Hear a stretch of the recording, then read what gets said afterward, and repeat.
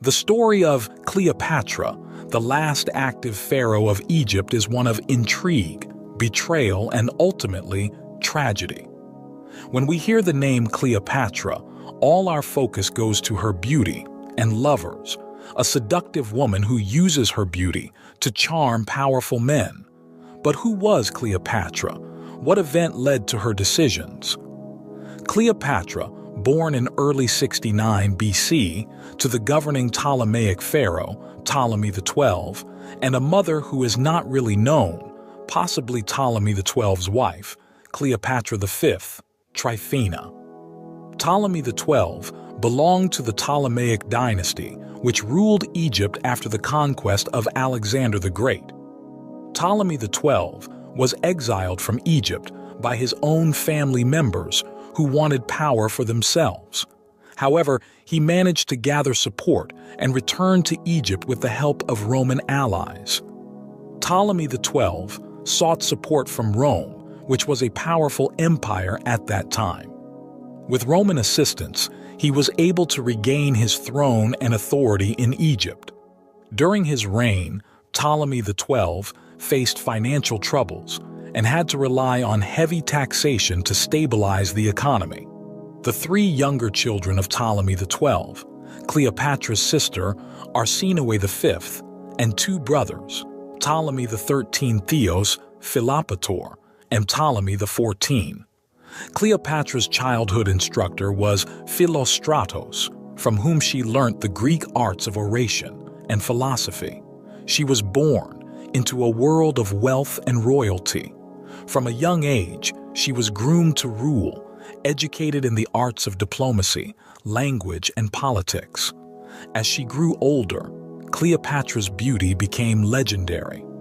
When Ptolemy XII died in 51 BCE, the crown fell to his young son, Ptolemy XIII, and daughter, Cleopatra VII. The 18-year-old Cleopatra, older than her brother by nearly 8 years, became the main ruler and established her own political agenda. She began an attempt to revitalize Egypt's economy by changing taxation laws on grains and various agricultural reforms. She completed the largest temple at the site of Dendera, a temple that her father was not able to complete. During her reign, the sacred bull at the temple had died at Hermathis. Cleopatra sailed down from Alexandria to Hermathis with a replacement bull. Her way of ruling angered her brother and his advisors, so they chased her out of Egypt. Cleopatra was forced to abandon Egypt for Syria, where she recruited an army, and in 48 BC returned to fight her brother at Pelusium on Egypt's eastern frontier. The assassination of the Roman general Pompey, who had sought asylum from Ptolemy XIII at Pelusium, and the arrival of Julius Caesar brought brief calm. Cleopatra recognized that she required Roman assistance, or more precisely, Caesar's favor, if she was to restore her kingdom. Each was resolved to use the other. Caesar wanted repayment of the debts accumulated by Cleopatra's father, Aulet, while he tried to keep his kingdom. Cleopatra was resolved to maintain her reign and, if possible, to revive the glories of the early Ptolemies and recapture as much as possible their dominions, which had encompassed southern Syria and Palestine. Caesar and Cleopatra became lovers and spent the winter besieged in Alexandria. Roman soldiers arrived the next spring, and Ptolemy XIII escaped and perished on the Nile. Cleopatra, now married to her brother Ptolemy XIV, was restored to her kingdom. In June 47 BC, she gave birth to Ptolemy Caesar, known to the people of Alexandria as Caesarion, or Little Caesar. Cleopatra paid at least one state visit to Rome, accompanied by her husband, brother, and son. She was housed at Caesar's private home across the Tiber River and may have been present to witness the dedication of a golden statue of herself in the temple of Venus Genetrix, the ancestress of the Julian dynasty to which Caesar belonged. Cleopatra returned to Egypt after Caesar was executed in 44 BC. Soon after her return to Alexandria in 44 BC, Cleopatra's co-ruler Ptolemy XIV died.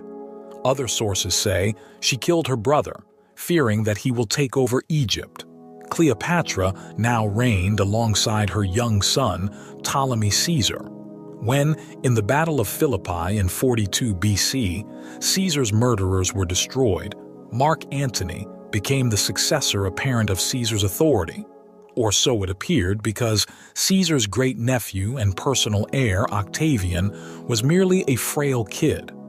Antony, now governor of Rome's eastern regions, sent for Cleopatra so that she can explain her participation in the aftermath of Caesar's killing.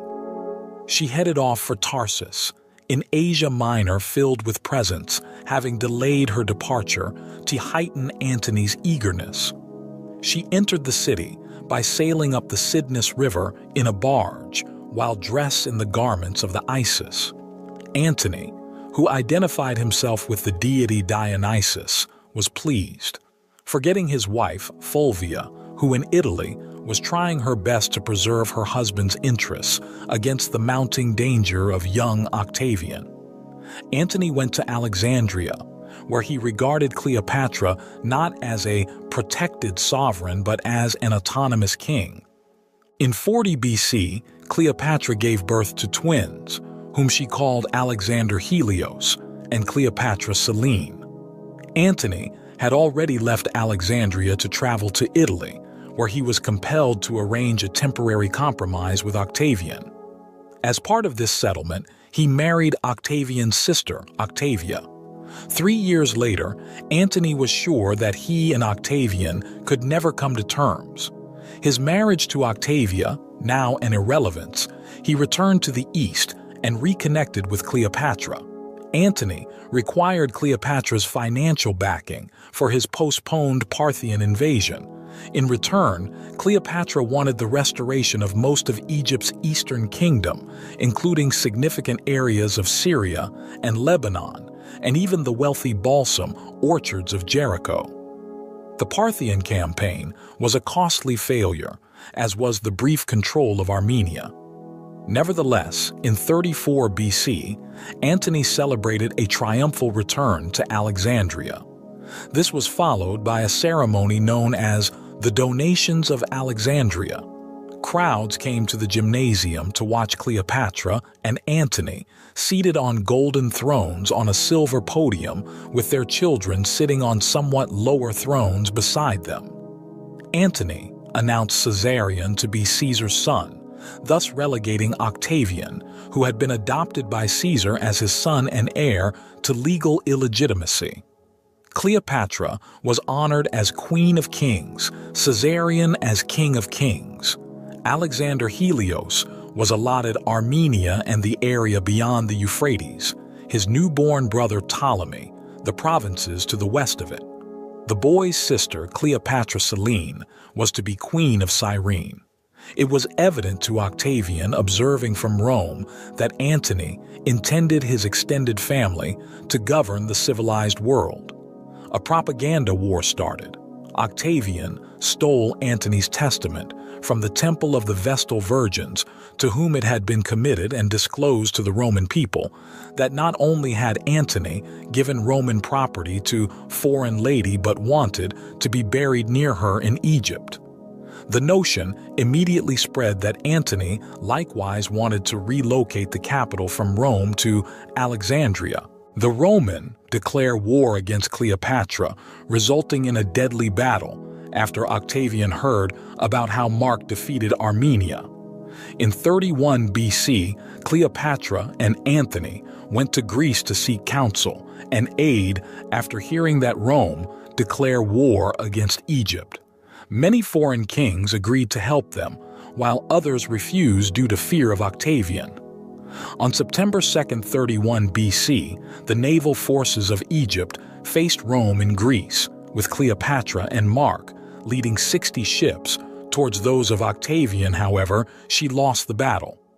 Cleopatra and Antony fled the scene, while the battle was still going on. In 30 BC, Octavian attacked Alexandria, but Mark Antony defended the city.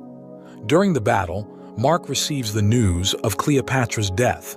Devastated by the news, he stabbed himself in the stomach. The news, however, turns out to be false, just a ploy by the people of Rome. Mark was sent to Cleopatra, where he spoke to her for the last time before dying at the age of 53. Devastated by all the happening, Cleopatra killed herself at the age of 39. Cleopatra's legacy is complex and controversial.